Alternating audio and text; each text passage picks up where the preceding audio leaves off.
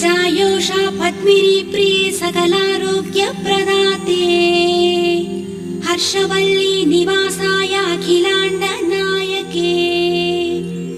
उत्तिष्ठो चायेस उत्तिष्ठ उषयोज्ज्वला उत्तिष्ठ पद्मिनी कान्ता त्रैलोक्यं मङ्गलं कुरु त्रिमूर्तिरूप लोकेश कमलद्वयधारिणे सप्ताश्वरथमारूढं छायायुक्तरविं भजे सुरेशं स्तोत्रगम्यं च जगदानन्दकारकम् श्रीसूर्यदेव दैते तव सुप्रभातम् समस्त जगतामूर्तिं नाशयन् पाति सर्वदा आयुर्ददाति सविता दद्यान्नो वन्दनं सदा तव नाम जपे